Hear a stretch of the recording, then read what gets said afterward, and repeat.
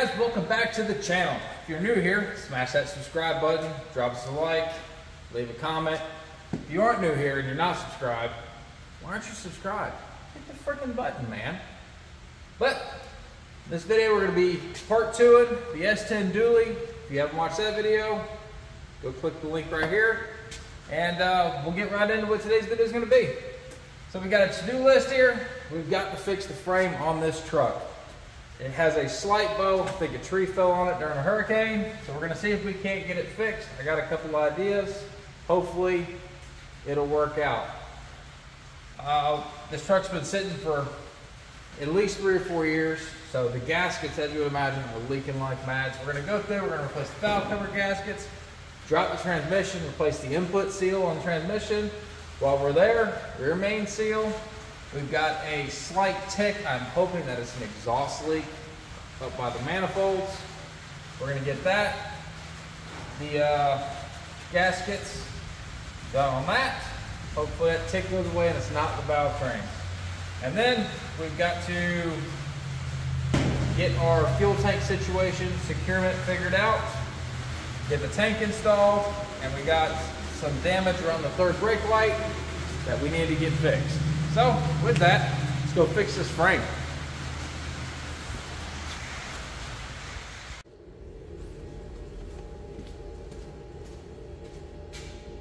Looks like we'll be tracking out a parasitic draw too, because the battery infrastructure is better than the door now. So that ought to be fun, but we can figure it out.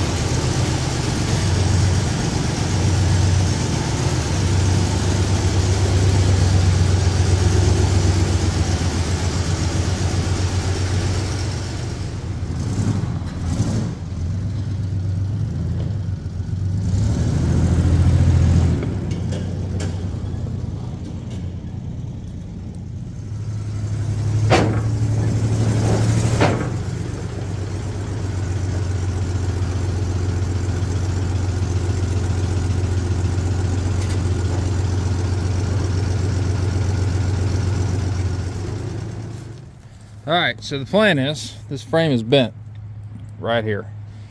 You can kind of see it in the camera. It's super hard to tell. There's a good angle. See how this side has dropped down way more than this side? So what we're gonna do is we're gonna throw a level across, see what our level is. We'll figure out what degree pitch that frame rail is, right there.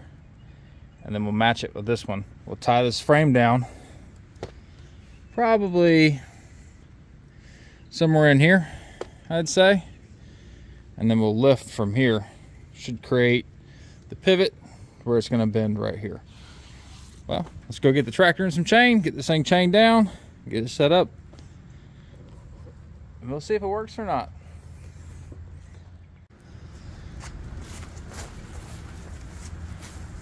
All right, guys, you can tell we've got our tractor pulled in, we got our truck tied down, we got our pull chain on. Now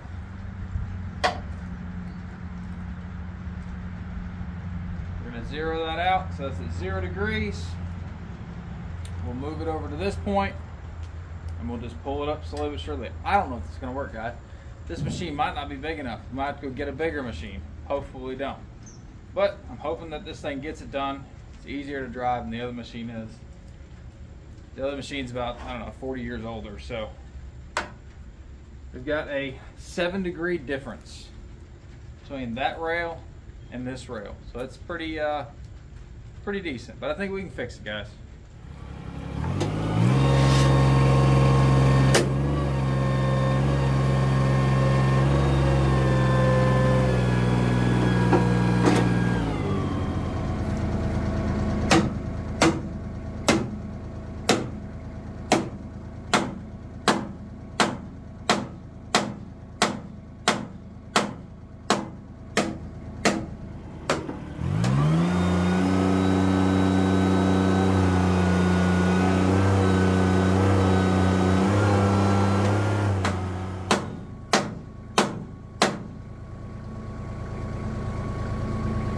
guys don't know, taking that hammer, painting that metal surface, will help all the molecules want to realign and go back to where they're supposed to. Help straighten things out a little bit. Works with doing body work as well.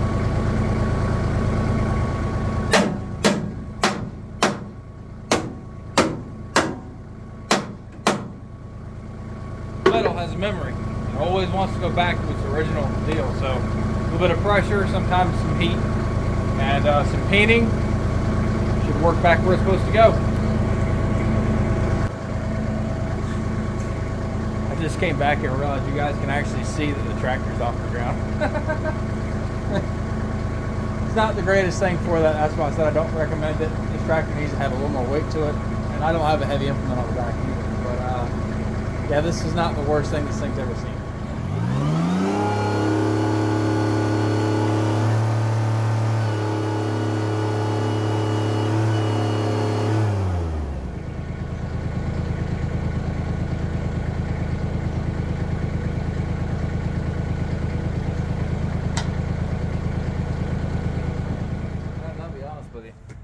I don't know if having a degree off between the frame rails is worth trying to fight or not. I mean, it's 1.1, 1.2, 1 degree. We started out at 7. We brought it up 6 degrees. I'm not willing to, I guess, keep fighting with it at this point, just because I don't. Yeah, if I had it set exactly where, you know, everything was perfect, this thing was sitting on jack stands totally level, you know, then we could play with a little bit more. But I think for what we got for some redneck frame straightening, I think we're good to go. You look across the frame rails, they look fairly level for what they are. I mean, so I think we're gonna call it. I really do. Let's get this thing off the trailer, back in the shop. All right, guys, we're back in the shop this morning. We're gonna start off with something super easy, and that's gonna be replacing a map sensor. The one that was on the truck is pretty much, not map sensor, the connector to the map sensor. It's pretty much non-existent. It's old, corroded. It's 34 years old at this point. Actually older than that now. But yeah, so it needs to be replaced. We're gonna swap that out real quick and move on to the next thing. I'm not sure everything that we're gonna work on today, what we're gonna get to, but this is something super easy that I wanna get knocked out. We might look at putting in a new PCV valve, a little bit of hose, and some other easy stuff we might be able to knock out or get started on. It would be the valve cover gaskets, or getting that fuel. If you guys take any of this stuff apart, you know, the house, whatever else, take some pictures of it. I took pictures of this hooked up before I disconnected anything, before I messed with anything. So I know that the red goes on the right side of the plug with our tab facing outwards. So that's gonna be this spot right here. Green goes in the middle and brown's on the forward side. And we're gonna be using our fancy solder seal connectors on this, because honestly, I'm in love with these things, guys. They make life so much easier, I think.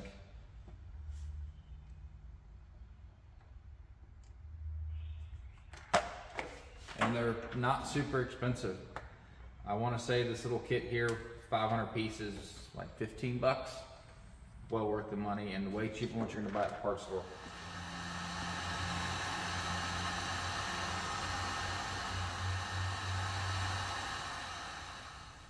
We got that cut off and spliced in. I left this super long.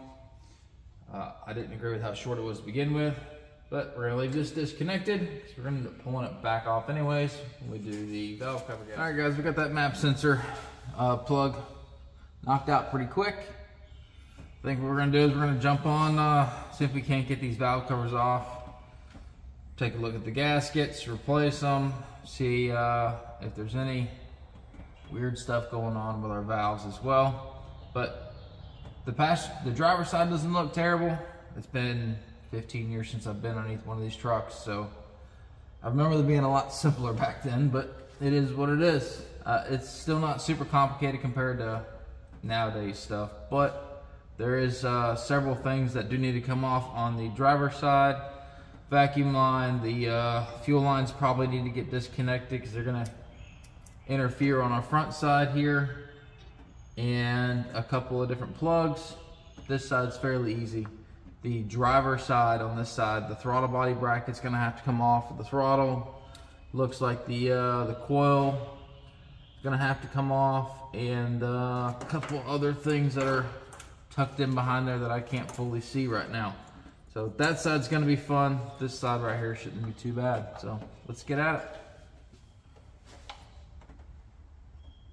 That's wanting to slip.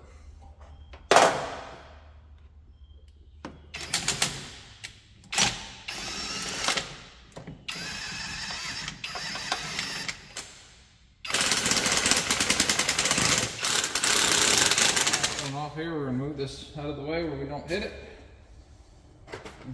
Lose her nuts, because the way I likes losing her nuts. All right. A little pull here. And there we go. I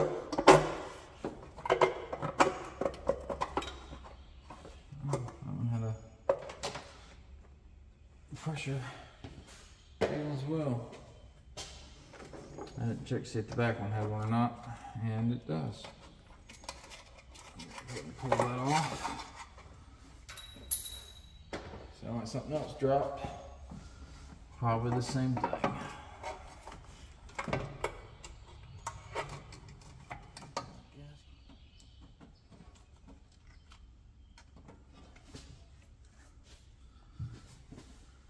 That gasket actually looks fairly decent, guys, to be honest with you.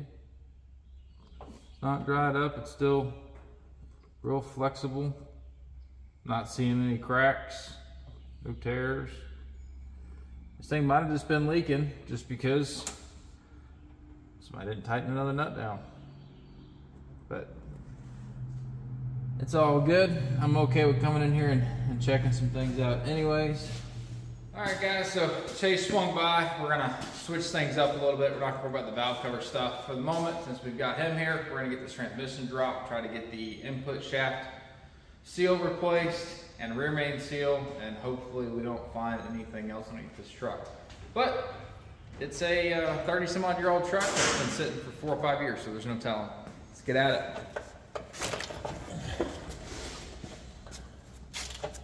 Oh, you'll be kidding me.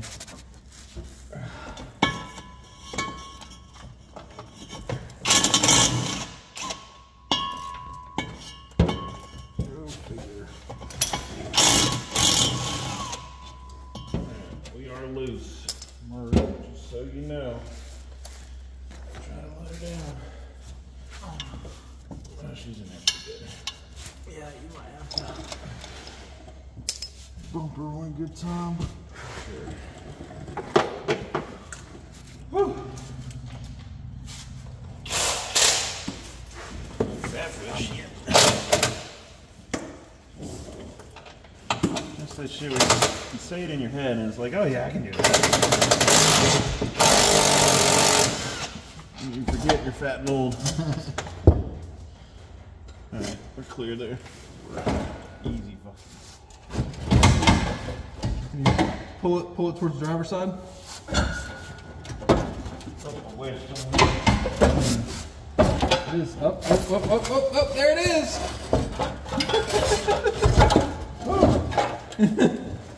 It was kinked up just a wee bit, man. yeah, just enough to. Yep, make you contemplate life decisions. Yeah. All right. Now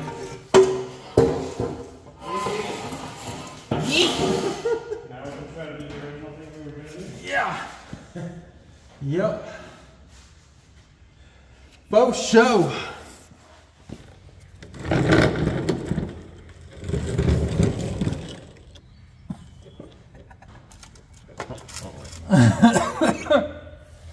Oh man. All right, guys. We've been fighting a little bit. We end up having to take the Y pipe out of here, which is probably the way you should do it. We're going to try to skirt it. That was not going to work. So we've got that out. We've got our cross member here pretty much loosened up, ready to pop out of there. Drive shafts out. What else we mess with? Bell housing bolts. Yep, our bell housing.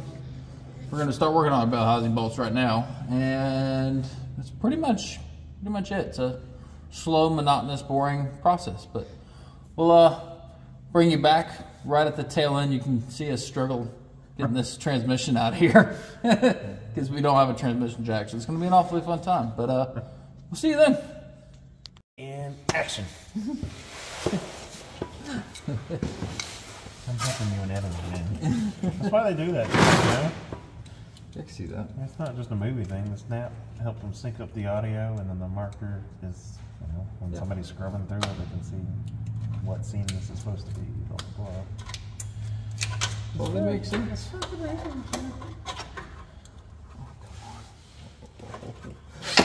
Oh, Lord, have mercy. Tell me I should have bought a stock in RTV. Yeah.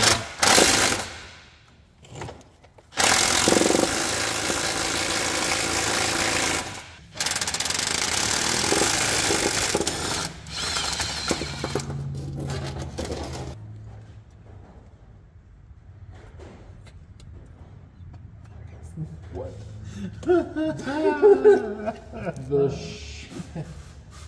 What the actual crap, dude?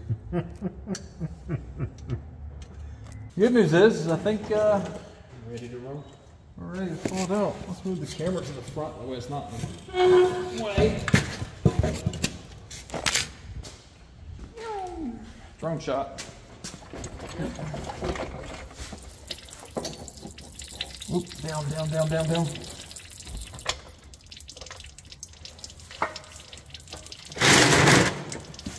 Stays off my damn tools. Is this a dipstick? I have no idea. Go down. Down. Down. Good. Woo. Taking a bath. Well, that was fun. Yeah, that's kind of how the other one went. Except my arm was pinned underneath it. Oh, underneath this one or the other? Or the? Okay, good. Forward. I was like, No, no. all right. Well, we got the transmission pulled, sitting on top of the jack. We're gonna try to jimmy it out of here. That way, we don't have to lift this thing up anymore. Not that we can, because my only jack's underneath the truck. So, let's see what we can do.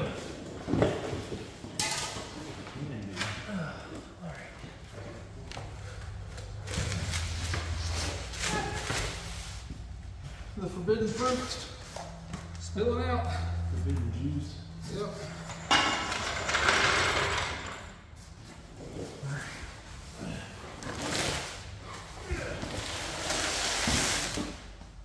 Oh man.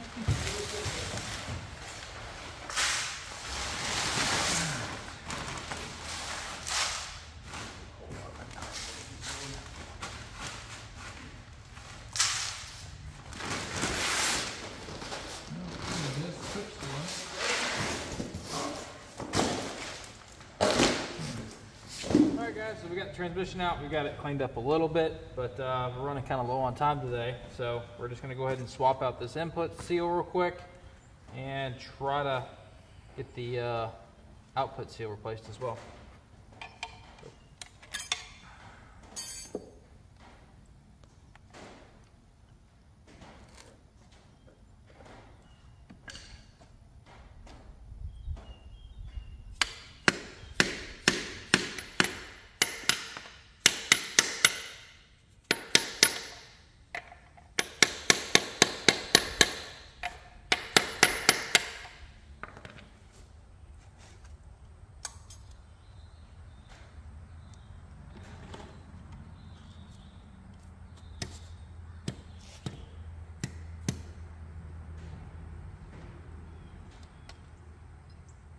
Just got through finishing up our top end stuff, got our valve covers back on this thing. and everything that's we had to reconnect to get those valve covers off. Transmission out of the drivers earlier, right? So I was hard pressed, or not hard pressed, but I definitely thought that the input seal was leaking on that thing. I don't think it was. I think whoever pulled that transmission out last, and I believe it was out, I believe the whole motor was out at one point, just based on some things I see from underneath. But whoever did it either didn't stick the dipstick tube all the way back in the transmission, or got it wonky, whatever else, because there was a mountain of RTV around that dipstick tube, and didn't see much fluid on. There was a little fluid on the inside, but it wasn't much. That could have been from a rear main seal leaking, some engine oil. It didn't look like transmission fluid, but either way, we've got it out. We replaced the input seal, the output seal real quick. We've still got to clean it up, but right now we're going to slide underneath here. We're going to get this torque converter off, the flywheel off, and we're going to see if we can't replace the rear main seal while we got this thing out, because I don't want to do it again for no reason. We've already got it out, let's just replace it. So, let's get to it.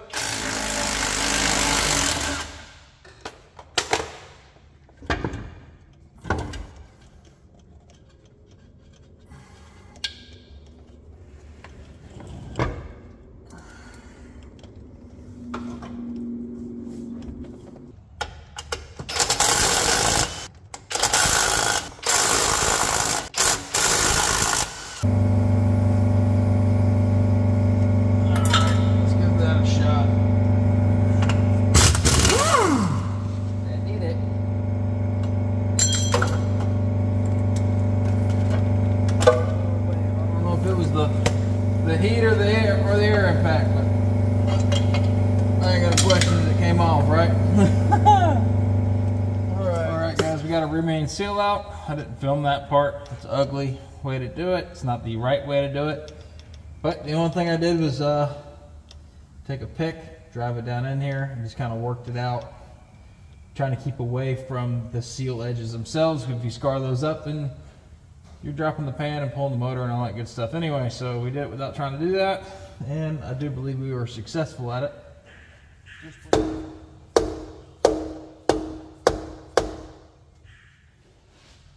Alright guys, well we got that rear main seal out of there, but yeah, installing is going to be a little more fun.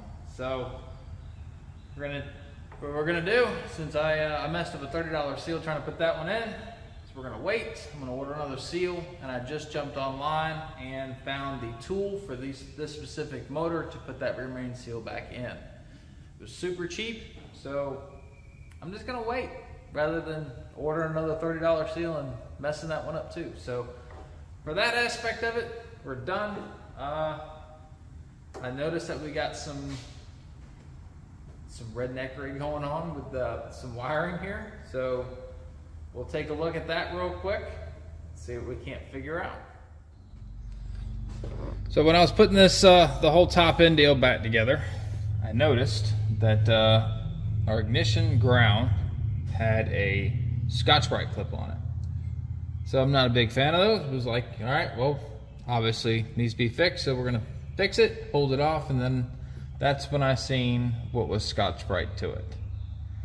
That right there is a piece of speaker wire, and it matches a similar set of speaker wire that is on this side for the what was, I believe, the air conditioner controller and the fan controller, but I don't know if they're coordinated or not. I have no idea. I don't think they are, but this stuff, I don't know where this goes. I know it goes into the cab, so we're gonna jump in there and wow, you guys weren't even looking the right direction. This is the wire that we're going to jump into the cab and look at real quick, see what it goes to. I know it goes underneath the dash. I can't see exactly what it goes to, so let's see what's going on with that, guys. Well, one thing that we have figured out is this truck is a rat's nest for wiring, and I'm not going to enjoy going through it and figuring out what's what, but it'll happen. These two wires are what runs over there on the where the AC compressor used to sit at. I have no idea what they hooked those up to either. But it'll be all right. We'll figure it all out in due time. I think right now is a good time to end this video because I'm running out of things that are interesting to show for this time around. Bring you guys back once I get that tool in and we start putting this transmission in. But yeah, don't forget, guys, like, comment, subscribe, all the good things. Hopefully here soon we'll start being able to put out some merch, get a website set up for you guys to rock some Chief Creek merch. But until then, take it easy. See you then.